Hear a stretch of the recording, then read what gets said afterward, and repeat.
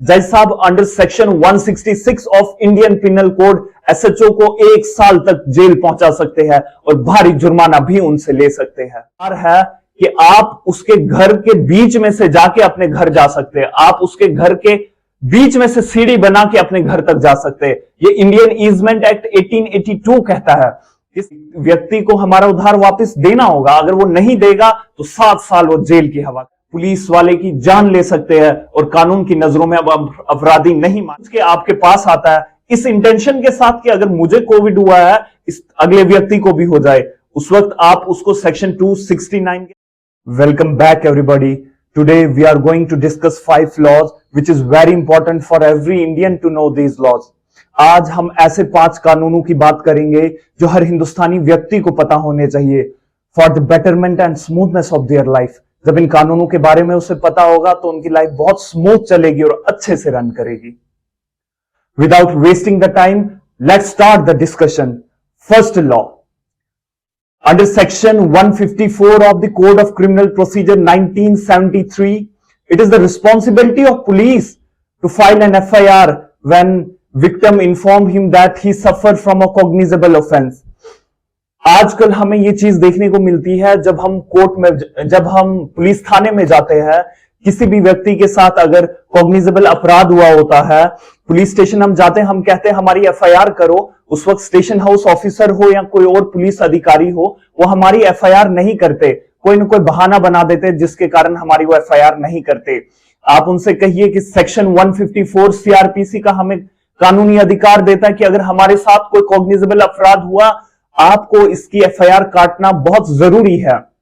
फिर भी अगर कोई पुलिस अधिकारी आपकी FIR ना काटे, उस वक्त आप क्या कर सकते हो, जुडिशियल मजिस्ट्रेट को अप्रोच कर सकते हो। Under section 156 subsection 3 of the code of criminal procedure 1973 आप जुडिशियल मजिस्ट्रेट के पास जा सकते हो और उससे FIR कटवा सकते हो। साधारण भाषा में जैसे कहते हैं, जज से पर्चा लगवा देना।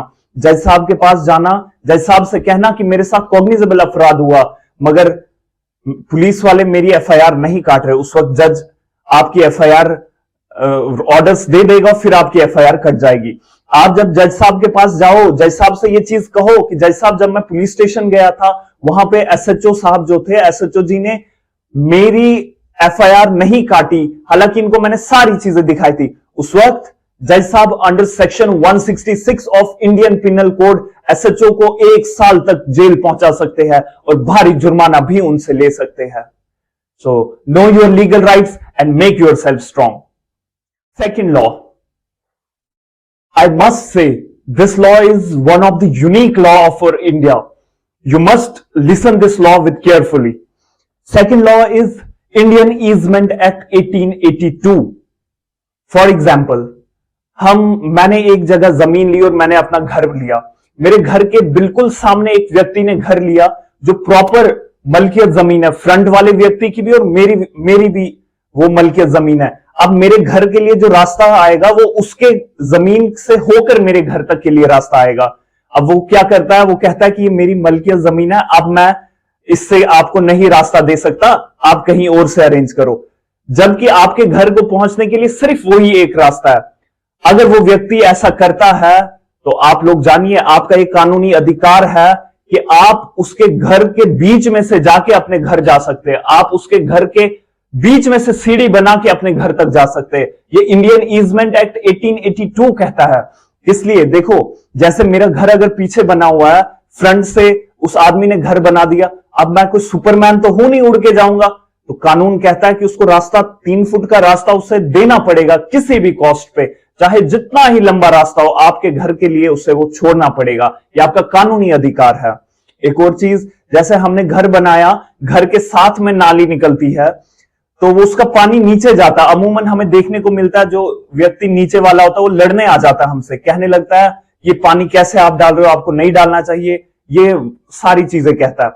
अब आप जानिए ये आपका कानूनी अधिकार है इंडियन ईजमेंट एक्ट के तहत कि अगर जो पानी है, पानी तो कभी ऊपर की तरफ नहीं चलेगा, उससे नीचे ही जाना है। जो व्यक्ति आपके घर के आगे है उसे आपको रास्ता देना है आपका पानी निकालने के लिए। अगर वो ऐसा नहीं करेगा तो we can approach the court and court will take action against those peoples who are not following the Indian easement act 1882। Indian easement act simply means live your life and allow others to live their life. जियो और जीने दो, यह आपका कानूनी अधिकार है। Third law, आजकल ये चीज हमें बहुत देखने को मिलती है। हम किसी व्यक्ति को अगर वो हमसे उधार मांगता है तो हम उसे उधार दे देते हैं, बट जब उससे लेने की बारी आती है तो काफी मुश्किल हो जाता है उससे उधार लेना। कई बार तो कई बेचारे लोगों के पैसे दबा देता है एक व्यक्ति, लाखों में लोगों के पैसे दबा देता है। उस वक्त हमें क्या करना है, हमारे कानूनी क्या अधिकार है, आइए मैं आपको बोलता हूं। जब भी किसी व्यक्ति ने आपसे उधार लिया और उसने आपसे कहा कि मैं आपको विद इन 1 ईयर वो उधार वापस कर दूंगा, अगर वो नहीं करता है वापस, उस वक्त section 420 of Indian penal code and section 406 of Indian penal code के तहत हम उस व्यक्ति को 7 साल तक की सजा दिलवा सकते हैं। उस व्यक्ति को हमारा उधार वापस देना होगा, अगर वो नहीं देगा तो 7 साल वो जेल की हवा खाएगा। सेक्शन 420 और सेक्शन 406 आईपीसी इस चीज के साथ डील करते हैं। 420 फ्रॉड के साथ डील करता है and section 406 breach of trust के साथ डील करता है। आपने एक व्यक्ति को भरोसा करके कोई चीज दी है, वो उसमें अगर एम्बेजलमेंट करता है, वो उसमें खयानत करता है, उस वक्त आप उसे 7 साल तक जेल पहुंचा सकते हो। Fourth law, Section 100 of Indian Penal Code 1816. It says whenever individual feel that the other individual is going to commit a grievous hurt against me or he is going to kill me, at that time he can use this self-defense and he can kill the other individual and he will not be liable under the law of land. जब भी हमें इस चीज का संकेत हो कि सामने वाला व्यक्ति हमारी जान ले लेगा या हमें ग्रीवियस हर्ट दे देगा, जिसमें हड्डी का तोड़ना, आंख का फोड़ना, कान का काटना या नपुंसक बनाना, ऐसे अपराध वो हमारे साथ हमें लग रहा है अगर करेगा, उस वक्त हम उस व्यक्ति की जान ले सकते हैं। चाहे कोई पुलिस अधिकारी हो, जो देखने को मिलता है कि पुलिस अधिकारी कभी भी किसी आदमी को मारने लग जाता है, उस वक्त अगर हमें यह संकेत लग रहे कि ये पुलिस अधिकारी हमारी जान ले लेगा या हमें ग्रीवियस हर्ट दे देगा, उस वक्त हम सेक्शन 100 के तहत पुलिस वाले की जान ले सकते हैं और कानून की नजरों में अब अपराधी नहीं माने जाएंगे। यह हमारा legal right. Fifth law, section 269 of Indian penal code, it says कि जब भी किसी व्यक्ति को ऐसी बीमारी है जो जानलेवा बीमारी है और एक व्यक्ति से दूसरे व्यक्ति को वो ट्रांसफर हो सकती है, अगर उस वक्त व्यक्ति वो बीमारी जानबूझ के आपको देना चाहता हो, उस वक्त आप उसके खिलाफ सेक्शन 269 के तहत कंप्लेंट फाइल कर सकते हो, सिर्फ 6 महीने तक की जेल करवा सकते हैं।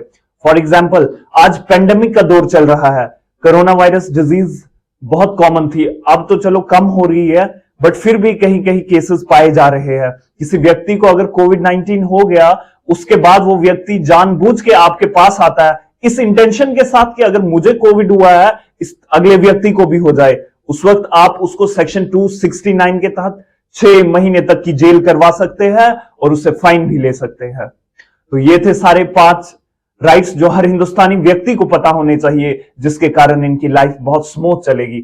अगर आपको ये वीडियो इंफॉर्मेटिव लगा, फर्दर आप चाहते हो कि मैं ऐसी वीडियोस आप तक पहुंचाऊं, तो आप मेरे channel the legal advisor Arshad को सब्सक्राइब कीजिए और ज्यादा से ज्यादा इसे शेयर कीजिए। Thank you so much.